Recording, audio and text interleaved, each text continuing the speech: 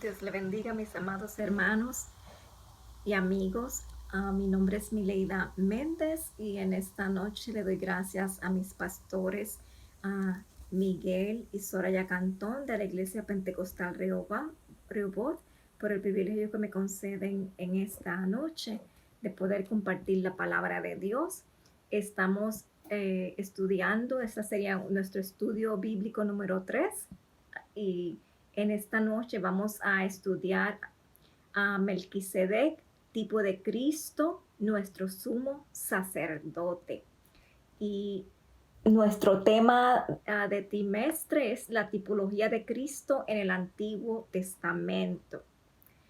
Pero antes de entrar al estudio, vamos a orar y pedirle a Dios que nos dirijan esta noche para traer esta enseñanza conforme al Espíritu Santo ponga en nuestro corazón. Amén.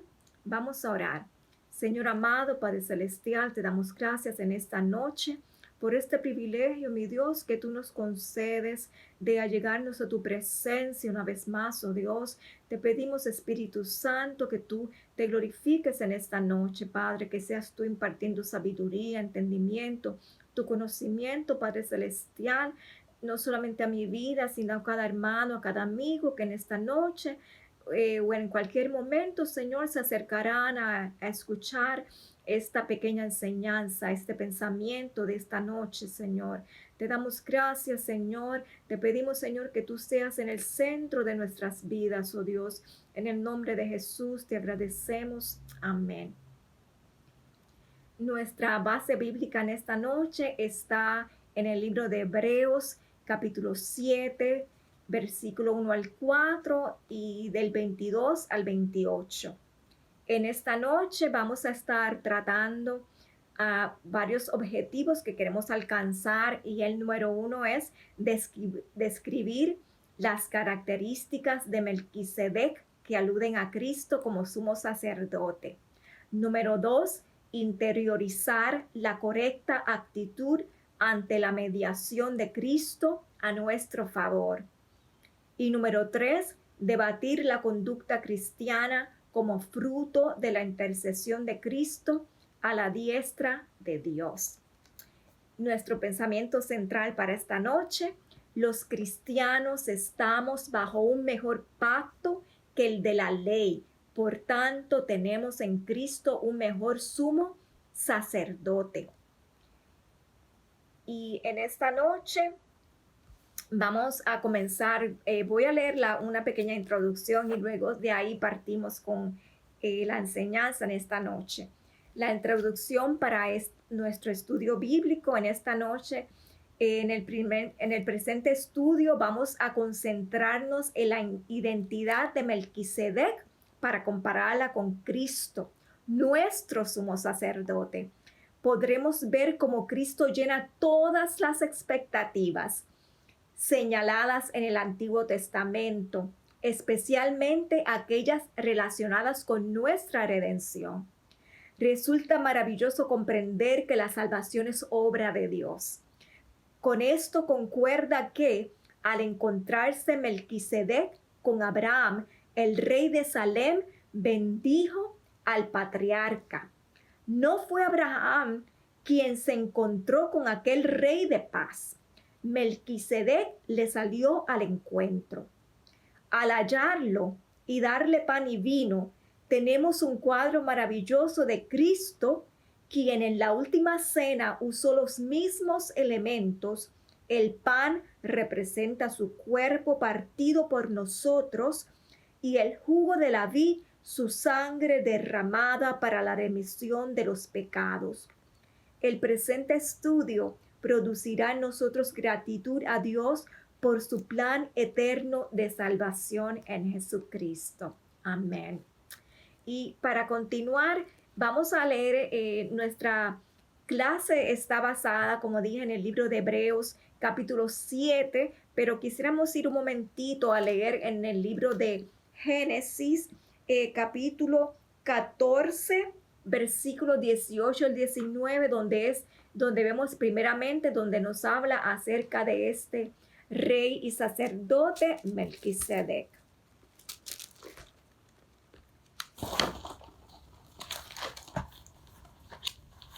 Y lee así Génesis 14, 17 al 20. Cuando volvía de derrotar a Kedorlaomer y a los reyes que con él estaban, salió el rey de Sodoma a recibirlo al valle de Sabe, que es el valle del rey. Entonces Melquisedec, rey de Salem y sacerdote del Dios Altísimo, sacó pan y vino y lo bendijo, diciendo: Bendito sea Abraham del Dios Altísimo, creador de los cielos y de la tierra, y bendito sea el Dios Altísimo que entregó a tus enemigos en tus manos.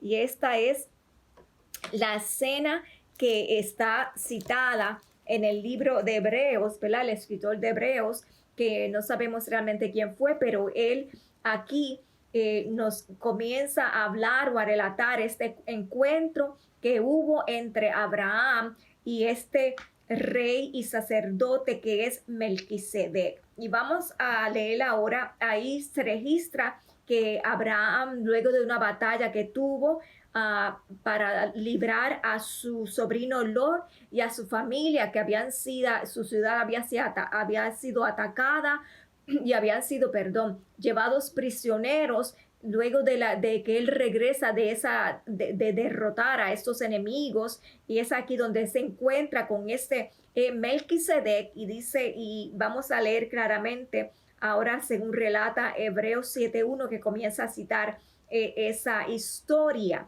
y dice Hebreos 7:1, vamos a ver cómo Melquisedec era sacerdote del Dios Altísimo. Y vamos a leer Hebreos 7 del 1 al 2, donde nos habla que Melquisedec era rey de justicia y de paz.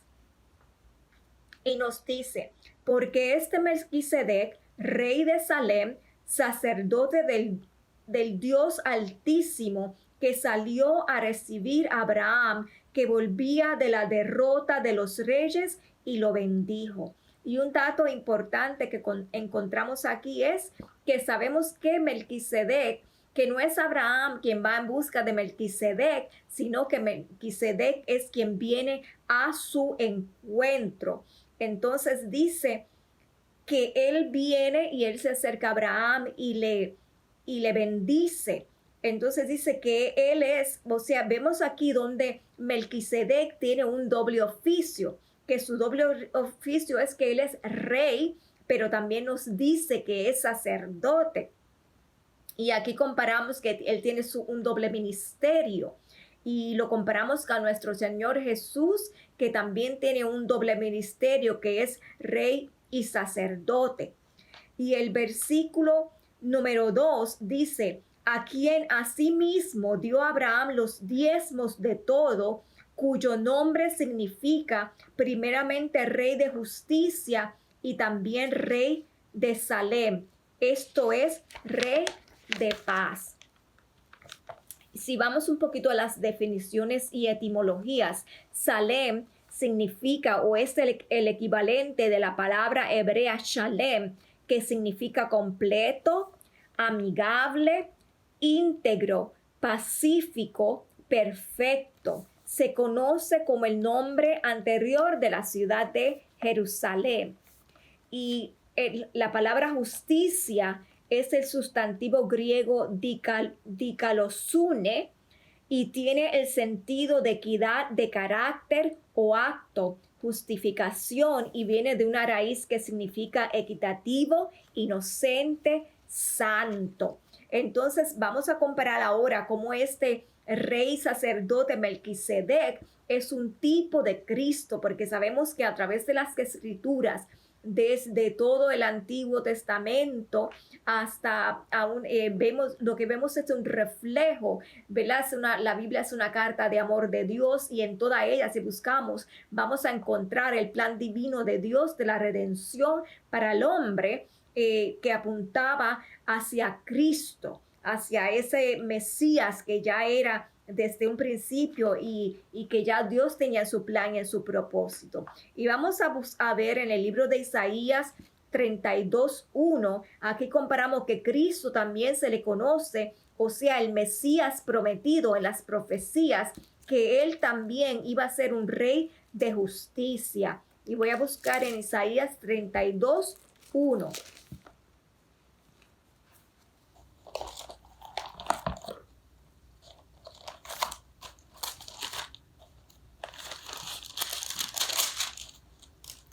Isaías 32:1 dice, he aquí que para justicia reinará un rey y príncipes presidirán en juicio. Y vamos a buscar ahora en Isaías 9:6-7, que nos habla que el Mesías también sería un rey de paz, igual que Melquisedec. Vamos a buscar Isaías 9:6-7.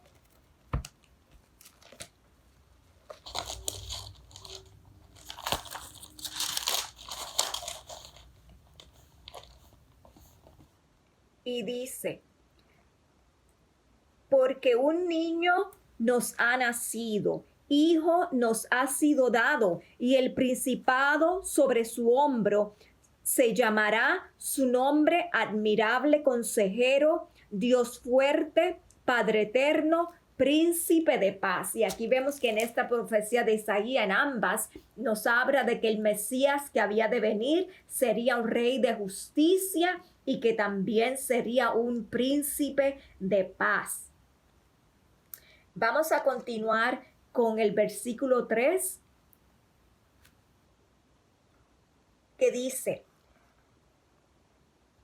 sin padre, sin madre, sin genealogía, que ni tiene principio de días, ni fin de vida, sino hecho semejante al Hijo de Dios, permanece sacerdote para siempre.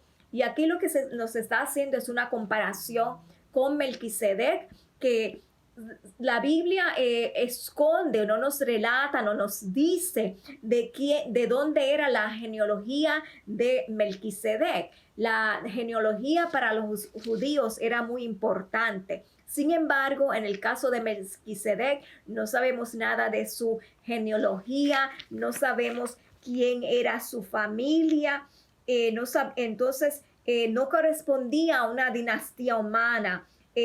Sí sabemos, o sea, que lo que nos da a entender es que su reino y su sacerdocio no estaban limitados a una nación, a una tribu o una lengua en específica. Más bien apunta a un doble ministerio de carácter universal. Y en esto lo podemos comparar como un tipo de Cristo, ya que sabemos que Cristo era divino, que era Dios, que Él fue desde el principio, que no tiene principio y no tiene fin. Por eso es que dice que Melquisedec es hecho semejante al Hijo de Dios, que permanece sacerdote para siempre. Y por eso es que se dice que Cristo es sacerdote según el orden de Melquisedec, que no se le conocía quién era su familia, de dónde vino, dónde terminó su vida. Nada de eso lo encontramos en la palabra de Dios. Pero queremos saber un poquito más qué nos dice acerca de Cristo. Vamos a ver Apocalipsis 1:8.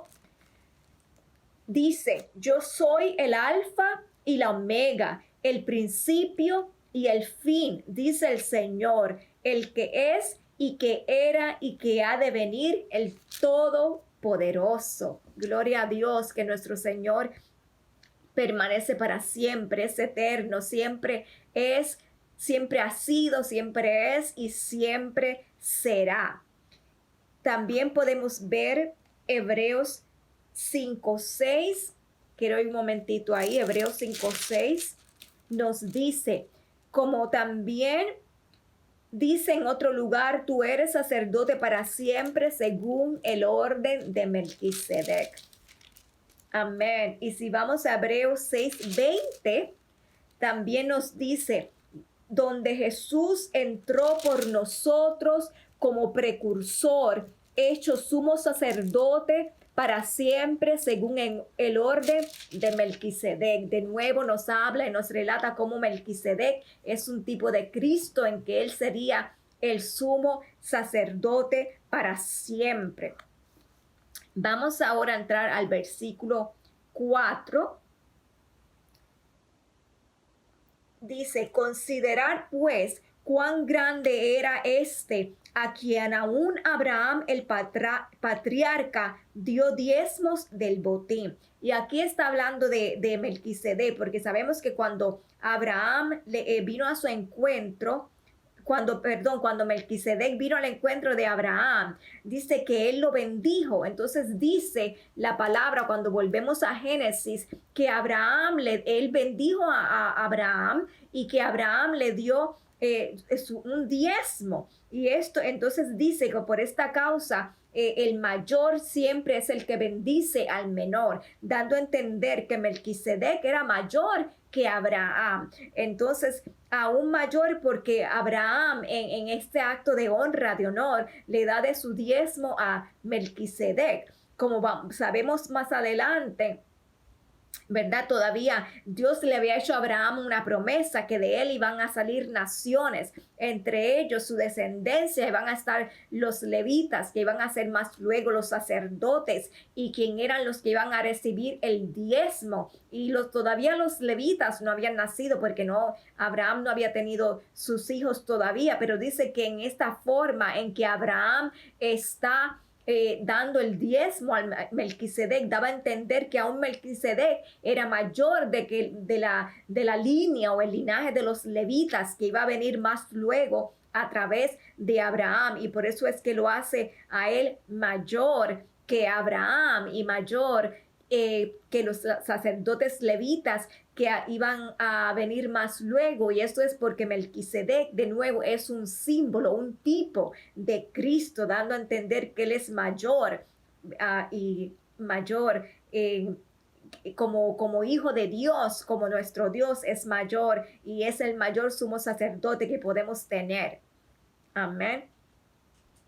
Y continuamos ahora con el versículo. Vamos a ver que Cristo tiene un sacerdocio inmutable. Vamos a leer ahí mismo estamos en el Hebreos 7, el versículo 22.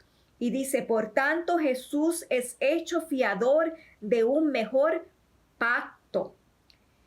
Y los otros sacerdotes llegaron a ser muchos debido a que por la muerte no podían continuar.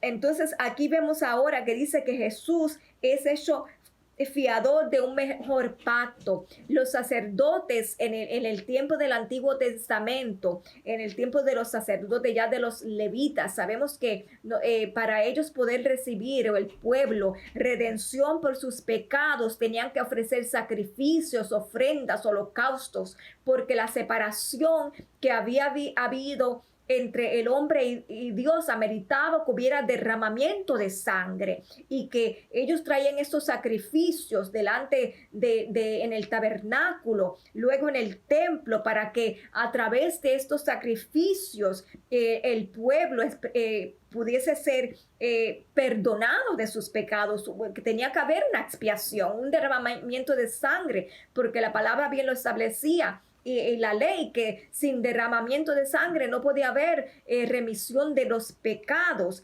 Y una de las cosas que vemos ahora es que con la venida de Jesús como nuestro sumo sacerdote, pero más aún como el cordero inmolado, él mismo fue el sacrificio que derramó su vida para que nosotros, derramó su sangre, para que nosotros pudiéramos ahora tener entrada delante de la presencia del Padre, para que aquella separación ya no estuviera más, pero él como no solamente derrama su sangre, sino que ahora se convierte en un sacerdote que también toma lugar e intercede por nosotros. Entonces, por eso dice que él es el fiador de un mejor pacto, el pacto pasado, el pacto que se hizo con los levitas, con los sacerdotes, no era suficiente paciente, porque aquellos sacerdotes tenían que ellos mismos santificarse antes de hacer sacrificios por ellos mismos, porque eran humanos, ellos también estaban en pecado,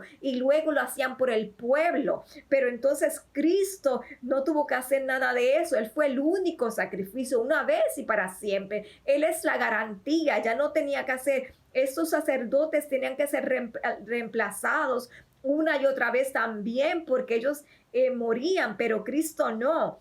Entonces dice que Él es el fiador de un mejor pacto, un pacto que permanece, que es para siempre, que no tiene que ser como en el tiempo de antes, del viejo pacto, que ellos tenían que todos los años, tenían que ir delante el sumo sacerdote una vez al año al lugar santísimo a ofrecer ese sacrificio por el pueblo, aparte de todas las veces que tenían que ir en las otras fiestas, cada vez que había pecado en el pueblo. Pero ahora Jesucristo hizo un nuevo pacto, un mejor pacto, donde tenemos acceso al velo se ha rasgado, tenemos entrada al trono de la gracia a través de su sacrificio y recibir el perdón y la remisión por nuestros pecados. Qué bueno es Dios, gracias a Dios por ese sacrificio que nos permite entrada delante de su presencia, amén. Entonces el 23 dice, y los otros sacerdotes llegaron a ser muchos, debido a que por la muerte no podían continuar, mas por cuanto permanece para siempre, tiene un sacerdocio inmutable, amén, hablando de nuestro Señor Jesucristo, que su sacerdocio no cambia, que su sacerdocio permanece, que su sacerdocio es para siempre, amén. Vamos a continuar ahora con el versículo 25, que nos dice que Jesús puede salvar perpetuamente a los creyentes. Dice, por lo cual puede también salvar perpetuamente a los que por Él se acercan a Dios, viviendo siempre para interceder por ellos. Qué bueno que a través de la sangre del Cordero de Jesucristo, de nuestro Cordero inmolado, de nuestro sacerdote, nosotros como seres humanos le vamos a fallar a Dios una y otra vez, pero tenemos esa garantía que si nos acercamos al trono de la gracia con un corazón contrito, con un corazón humillado, podemos acercarnos delante de tu presencia y que Él intercede por nosotros día a día, cada hora. Vamos a leer en Hebreos 4:15, donde nos habla de esta garantía que Él nos da, que intercede por nosotros. Dice, no tenemos un sumo sacerdote. Vamos a leer desde el 14 mejor. Dice, estoy en Hebreos 4:14. Vamos a leer 14 y 15 y 16. Dice, por lo tanto, teniendo un gran sumo sacerdote que traspasó los cielos, Jesús, el Hijo de Dios, retengamos nuestra profesión. No tenemos un sumo sacerdote que no pueda compadecerse de nuestras debilidades, sino que fue tentado en todo, según nuestra semejanza, pero sin pecado. Acerquémonos pues confiadamente al trono de la gracia para alcanzar la misericordia y hallar gracia para el oportuno socorro. Y la diferencia entre de nuevo nuestro Jesucristo, nuestro sumo sacerdote, y los sacerdotes del viejo pacto era que ellos eran seres humanos y cometían errores y pecados ellos mismos. Pero Jesucristo, aunque fue Dios, Él vino en naturaleza humana, nació de María, tomó cuerpo humano como nosotros y fue tentado en todo como nosotros somos también tentados. Pero la diferencia dice es que Él no cometió pecado. Sin embargo, porque Él se hizo carne, se hizo humano como nosotros, conoce nuestras debilidades, conoces nuestra naturaleza humana. Y qué lindo que podamos acercarnos a un Dios que porque se hizo carne, se encarnó, conoce de las luchas que nosotros como humanos tenemos, de nuestras flaquezas, aunque Él no pecó, pero sí puede entender en la posición en que nosotros estamos, nuestras luchas diarias, combatiendo con el mundo, combatiendo con nuestra carne y combatiendo con el enemigo día a día, pero Él conoce, porque dice que Él fue tentado en todo, igual que nosotros, pero sin pecado. Él fue santo, Él fue puro. Y por esa causa es que nosotros se hizo sumo sacerdote para interceder por nosotros, como porque conoce, dice que se compadece de nuestras debilidades, se acuerda, como dice la palabra de Dios, que somos polvos, que somos seres humanos. Tal vez nosotros, yo pienso que nosotros como seres humanos, si tuviésemos un Dios que no podríamos, que no entendiera nuestra humanidad, se nos haría muy difícil acercarnos a Él, pero no así con Jesucristo, porque Él fue humano, conoce nuestra humanidad. Y qué lindo que podemos acercarnos a Él sabiendo que Él es quien intercede por nosotros. Amén. Vamos a continuar ahora con el versículo 26. Seguimos ahí y dice, vamos a hablar, el Hijo de Dios es sumo sacerdote para siempre. Porque tal sumo sacerdote nos convenía, santo, inocente, sin mancha, apartado de los pecadores y hecho más sublime que los cielos. Y qué maravilloso de nuevo, ¿verdad? Que sabemos que necesitábamos un sacerdote así, un sacerdote que pudiera interceder por nosotros, un sacerdote que enfrentó la muerte, que enfrentó debilidad, pero que también resucitó y que dice que resucitó para sentarse a la diestra del Padre y desde allí está intercediendo por nosotros, los pecadores. Y vemos que dice que Dios lo hizo aún más sublime, más grande que los ángeles. Y vamos a leer en Hebreos 3. Vamos a ir a... Perdón.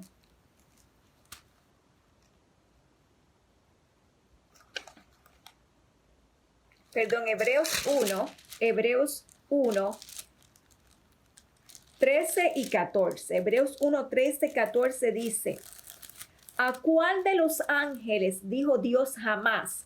Siéntate a mi diestra hasta que ponga a tus enemigos por estrado de tus pies.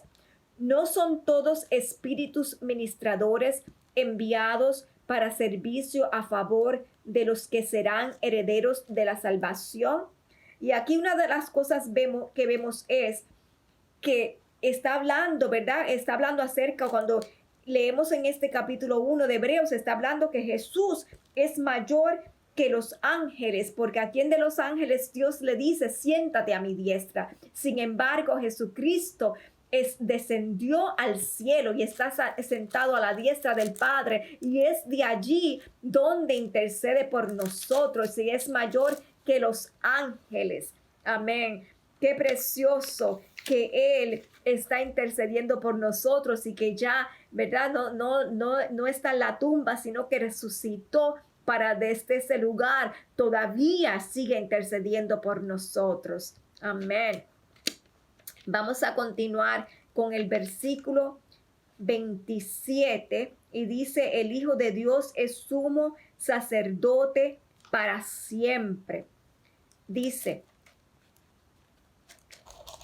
el Hijo de Dios nos conviene como sumo sacerdote, que no tiene necesidad cada día, como aquellos sumos sacerdotes, de ofrecer primero sacrificios por sus propios pecados y luego por los del pueblo, porque esto lo hizo una vez para siempre, ofreciéndose a sí mismo.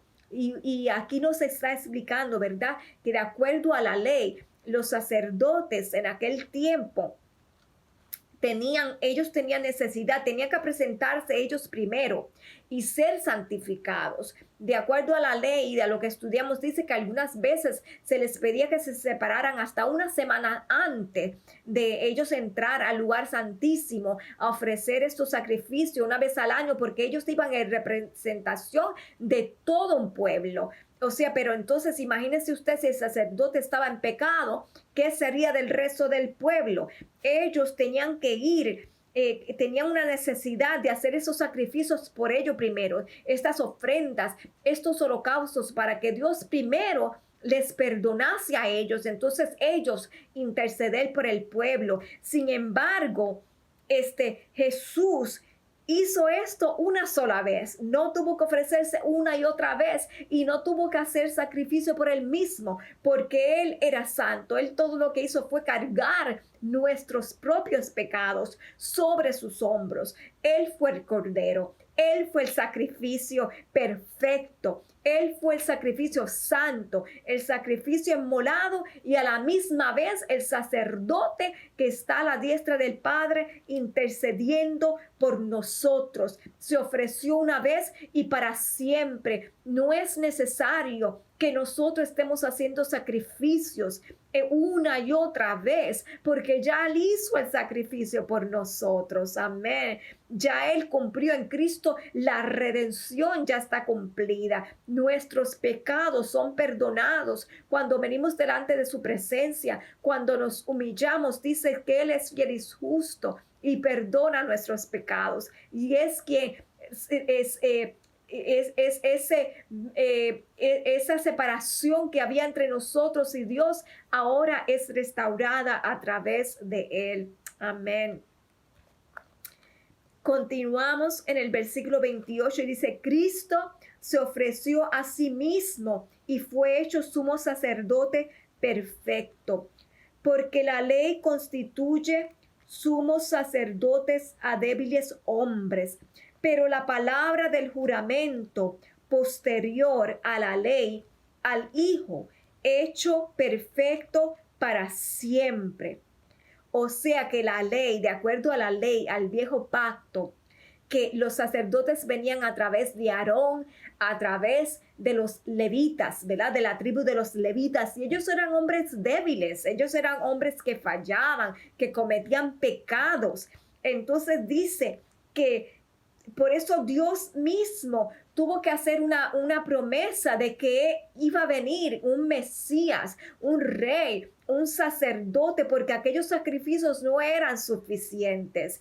Tenían que ser hechos una y otra vez. No cubrían completamente al hombre de su pecado y tampoco terminaba con esa separación. Por eso eran continuos esos sacrificios. Entonces Dios envía a su Hijo amado, a Jesús, que era Dios, pero también se encarnó para que yo no tuviéramos que estar haciendo esos sacrificios continuos. Entonces, cuando Dios hace la promesa a Abraham de que de su descendencia iba a enviar a alguien, ¿verdad?, que iba a ser más tarde el Mesías, que también vino a través de la línea de David, o sea, de la tribu de Judá, porque Jesús no era de la tribu de Leví, como eran los sacerdotes de la línea de Aarón, sino que él era de la tribu de Judá. O sea, por eso dice que era un sacerdote diferente al sacerdocio del viejo pacto. Y en esto es que lo comparamos con Melquisedec, que tampoco era de ninguna tribu. Jesús vino de la tribu de Judá como Mesías a través de la línea de David, pero él fue hecho, dice, entonces Dios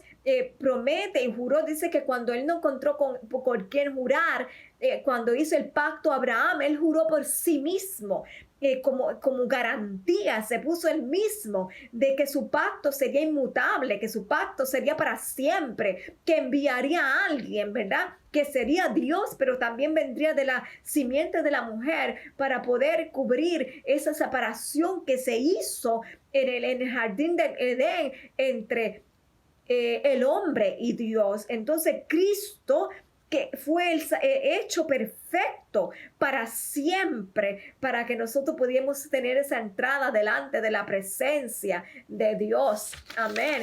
Rompiendo así con esa separación a través de su sangre. Vemos del pacto que él hizo, como vimos en los versículos anteriores. Él fue el pan que fue quebrantado, ¿verdad? Nos dice que Melquisedec, cuando vino a Abraham, cuando vino a su encuentro, como Cristo viene a nuestro encuentro, dice que él lo bendijo, pero también dice que le ofreció pan y le ofreció vino. Y sabemos que Cristo, él mismo, fue ese sacrificio, según vemos en Mateo, ¿verdad? Que vamos a esa escritura, vamos a leer en el libro de Mateo.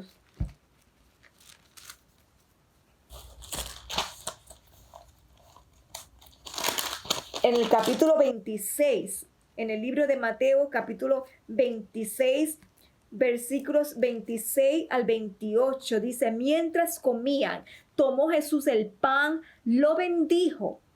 Hizo igual que Melquisedec. Melquisedec bendijo a Abraham, y aquí está Jesús sentado al frente de sus discípulos, diciendo: tomad, comed, esto es mi cuerpo.